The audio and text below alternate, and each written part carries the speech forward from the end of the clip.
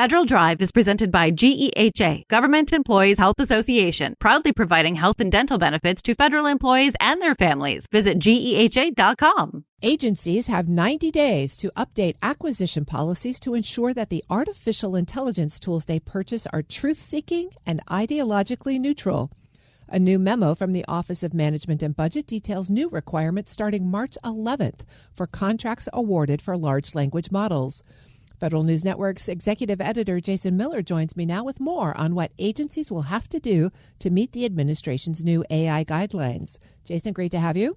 Always my pleasure. All right, this sounds like complications. Let's start with how OMB is defining truth-seeking and ideologically neutral when it comes to AI large language models.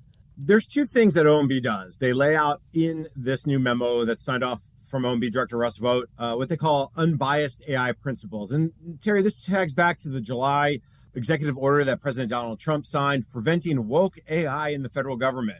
They define these two terms this way. First of all, truth-seeking. LLMs shall be truthful in responding to user prompts, seeking factual information or analysis. They should prioritize historical accuracy, scientific integrity, and objectivity. You know, a lot of these vendors you talk to would say, of course, we're truth-seeking. We don't want to give you fake stuff, though I guess there's things like DeepSeek, but we won't get into that now. Now, ideological neutral is the other one that's maybe tougher, right? So this one talks about, they define it this way: neutral, nonpartisan tools that do not manipulate responses in favor of ideological dogmas. Developers shall not intentionally encode partisan or ideological judgments into their LLM's outputs unless those judgments are prompted by or otherwise readily accessible to the user. So they really try to define this in a way that says, hey, we want these tools to be, to use their words, unbiased. So I think it's very interesting that that's the way they start off the memo. How are they going to measure truth-seeking and ideologically neutral? So when agencies go to review these LLMs, are there factors or measures that they should consider? They are. And I think the memo, I think this is probably the better part of the memo, right? Instead of just telling agencies to do this and meet these rules, they actually went through and said, okay, here's some contractual requirements that we want you agencies to add to new contracts and also to update existing contracts for AI models. Now, what's interesting about this, and we'll get to what those factors are, is there's been a big push over the last 10, 11 months, and even if you go further back, last few years, to bring in these AI tools, specifically large language models.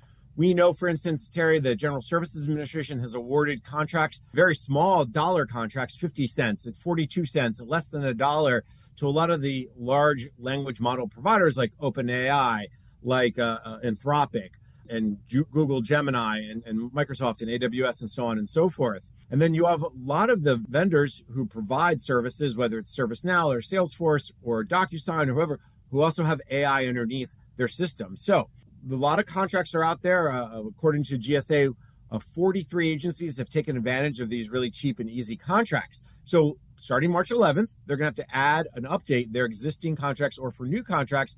And they're going to have to look at several things. So for instance, for contractual requirements, they're going to have to say, okay, here's some minimum threshold for large language model transparency. And OMB lays these out: acceptable use policy. They also want to know, okay, how has the LLM developer included essential information about their model, their system, and or the data as it relates to their product offering. This could be summaries of training processes, identified risks and mitigations, model evaluation scores on LLM benchmarks. They talk about other things like mechanisms for end user feedback and end user resources as tutorials and developers. Then they go one step further. They say, okay, we also want you to talk about and think about enhanced LLM transparency and how you're going to measure that against what LLM providers are giving you. And that talks about things like, pre-training, post-training activities, actions that would be impact factually or grounding of LLM outputs. They also talk about things like type of outputs that are restricted by content moderation or safety filters. So they are really going into deep detail. And I think that's why a lot of people are saying, hey, you can argue or debate or truth-seeking and ideological neutral, but a lot of what they're asking for is really smart in the way of ensuring that your LLMs, AI tools you're buying, meet certain goals that you're trying to achieve. Well, there's two parties that are going to have to put this into practice. One is the agency contracting shops. One are the vendors themselves. What reaction are you hearing out there to the memo from either side? I spoke with Jose Arrieta. He's the founder and CEO of Imagineer, an AI firm, but he's also a former federal acquisition and technology executive. And he really called this memo, he lauded it, said, listen, this makes it operational. This is coming really at an important point in time. He said, listen, this is not about banning models. It's requiring truth and providence as well as accountability at the contract level. Now, Arrieta, who was a CIO for the Department of Health and Human Services, as well as the director of IT schedule at GSA during his more than 15-year career in government, also offered some insights around, for instance, AI is becoming very much like critical infrastructure, and it requires structure that you reward disciplined AI platforms and you enable enforceable governance at the agency level. Now, as with anything, Terry, we know the devil's in the details, right? Anything that you do, you implement, that could create some risks. But he called this memo pretty refreshing. And really, if you said it gives procurement officials in government and technology professionals in government really some guardrails as they go to buy AI tools. Are there some parts of this that are going to need additional clarification before it can really be implemented? As with any memo, there's so many things that, okay, well, how do we move forward with it? What are some of those other questions that need to be answered? And I think, Jose Arrieta said there's things that stand out to him as both an acquisition professional. He goes, I'm going to put on my acquisition hat. And he says, what new templates will OMB/GSA, OFPP put out there? How can agencies understand what to do if they find bias in that model? Do they terminate the contract for convenience or for cause? He said maybe a due diligence playbook would be helpful for acquisition professionals. And of course, how do you audit these tools? How do you get the feedback from the vendors themselves? And then, of course, there's training. How do you train contracting officers to know what they're looking for and to understand what they're looking for? I mean, all of these things are challenging in and of themselves. But when you're saying, okay, now add it to the contract level among all the other things contracting officers must do and or program managers must do, it just adds another layer of complexity that they're going to need some help to understand and how to implement. Does the memo say anything about that extra training?